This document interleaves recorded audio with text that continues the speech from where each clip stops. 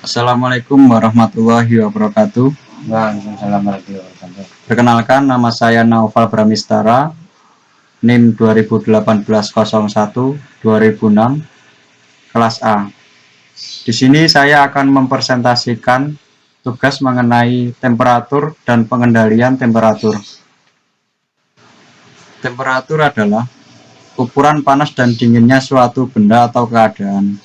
Panas dan dinginnya suatu benda berkaitan dengan energi termis yang terkandung dalam benda tersebut.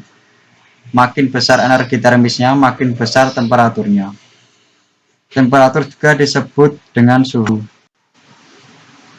Suhu yang baik di tempat kerja yang memberikan produktivitas kerja yang tinggi adalah pada temperatur 24 derajat sampai 27 derajat. Sedangkan batas suhu normal tubuh manusia adalah 36 derajat sampai 37 derajat.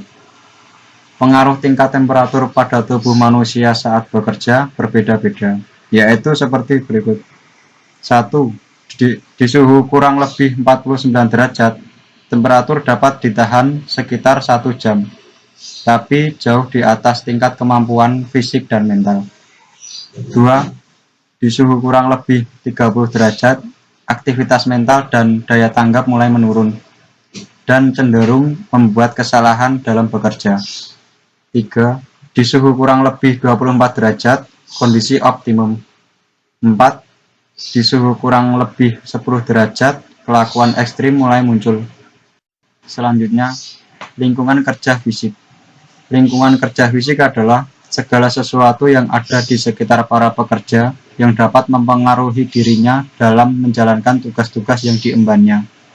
Lingkungan kerja fisik yang kondusif akan memberikan rasa aman, nyaman, dan memungkinkan para karyawan untuk dapat bekerja lebih optimal.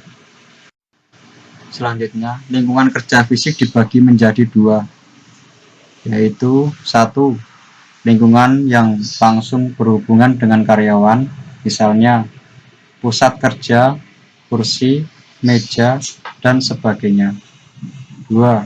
Lingkungan perantara atau lingkungan umum dapat juga disebut lingkungan kerja yang mempengaruhi kondisi manusia, misalnya temperatur, kelembapan, sirkulasi udara, pencahayaan, kebisingan, getaran mekanis, bau tidak sedap, warna, dan lain-lain. Berikut ini faktor-faktor yang dapat mempengaruhi kondisi lingkungan kerja. 1. Penerangan di tempat kerja. Penerangan ini sangat besar manfaatnya karena berguna bagi karyawan guna mendapatkan keselamatan dan kelancaran kerja. Oleh karena itu, perlu adanya penerangan yang terang tetapi tidak menyilaukan. 2. Temperatur. Perlu adanya temperatur yang sedang karena kemampuan beradaptasi setiap karyawan itu berbeda-beda. 3. Kelembapan. Kelembapan ini berhubungan atau dipengaruhi oleh temperatur udara. 4. Sirkulasi udara.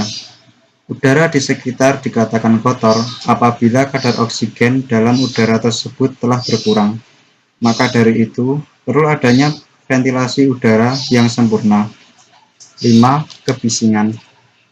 Kebisingan adalah suara yang tidak dikehendaki. 6. Getaran mekanis di tempat kerja. Getaran ini ditimbulkan oleh alat mekanis yang sebagian getaran ini sampai ke tubuh karyawan tentunya sangat mengganggu. Selanjutnya, faktor yang mempengaruhi suhu tubuh manusia yaitu kecepatan metabolisme basal, rangsangan saraf simpatis, hormon pertumbuhan, hormon tiroid, hormon kelamin, gangguan organ. Tekanan panas adalah kondisi di mana tubuh Anda tidak dapat mengatur suhu tubuh dan mendinginkan suhu tubuhnya sendiri secara sempurna. Faktor penyebabnya adalah suhu lingkungan yang tinggi, pergerakan udara yang terbatas, kerja fisik yang berat, dan terpapang langsung dengan mesin atau matahari. Resiko tekanan panas yang mengenai tubuh manusia dapat mengakibatkan permasalahan kesehatan hingga kematian. Efek penyakit akibat panas yang paling fatal adalah heat stroke. Bila dibiarkan tanpa penanganan serius, kondisi ini bisa mengancam jiwa pekerja, terutama pekerja konstruksi, industri minyak, gas bumi, dan galangan kapal yang tentu sudah terbiasa terpapar panas yang lama. Pengaruh tekanan panas pada manusia mengakibatkan 1. Hidrasi. Hidrasi adalah gejala awal yang berpotensi menimbulkan penyakit akibat tekanan panas. Penyakit ini memungkinkan terjadi sebagian kecil area kulit atau bagian tubuh. 2. Heat syncope adalah gangguan induksi panas yang lebih serius. Ciri dari gangguan ini adalah pening dan pingsan akibat berada dalam lingkungan panas pada waktu yang cukup lama. 4. Heat stroke. Heat stroke adalah penyakit yang menimbulkan gejala seperti rasa nyeri, kejang pada kaki, tangan, dan abdomen, banyak mengeluarkan keringat.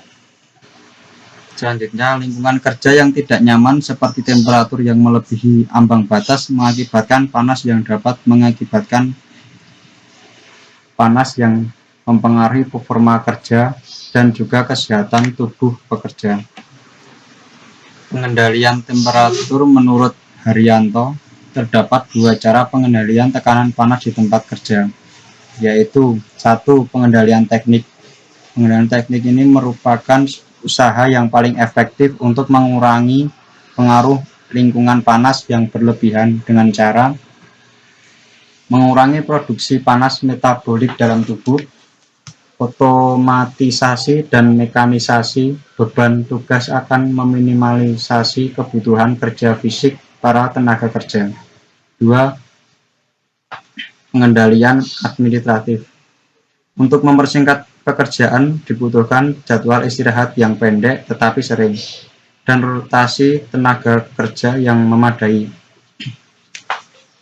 Ruangan dengan penyejuk udara seperti AC perlu disediakan untuk memberikan efek pendinginan pada para tenaga kerja. Banyaknya resiko yang mengakibatkan permasalahan kesehatan hingga kematian, maka dari itu perlu untuk mengurangi atau meminimalisir resiko tersebut. 1. Lingkungan kerja harus dibuat senyaman mungkin agar kinerja maksimal. 2. Memperbaiki ventilasi udara yang lebih sempurna. 3. Penerapan teknologi pengendalian untuk menurunkan suhu basah di bawah nilai ambang batas. Sekian presentasi dari saya. Wassalamualaikum warahmatullahi wabarakatuh.